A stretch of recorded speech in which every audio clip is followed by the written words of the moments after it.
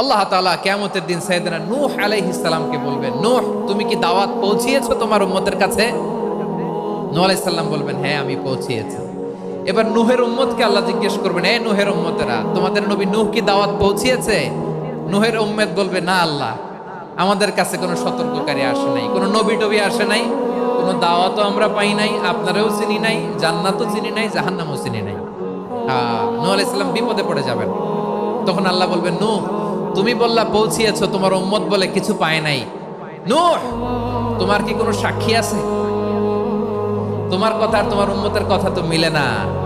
তুমি বললা তুমি আমার নির্দেশনা দাওয়াত পৌঁছে দিয়েছো, কিন্তু তোমার উম্মত বলে পায় নাই। নূহ তোমার পক্ষে কোনো সাক্ষী আছে? নূহ আলাইহিস সালাম বলবেন, আছে। কে?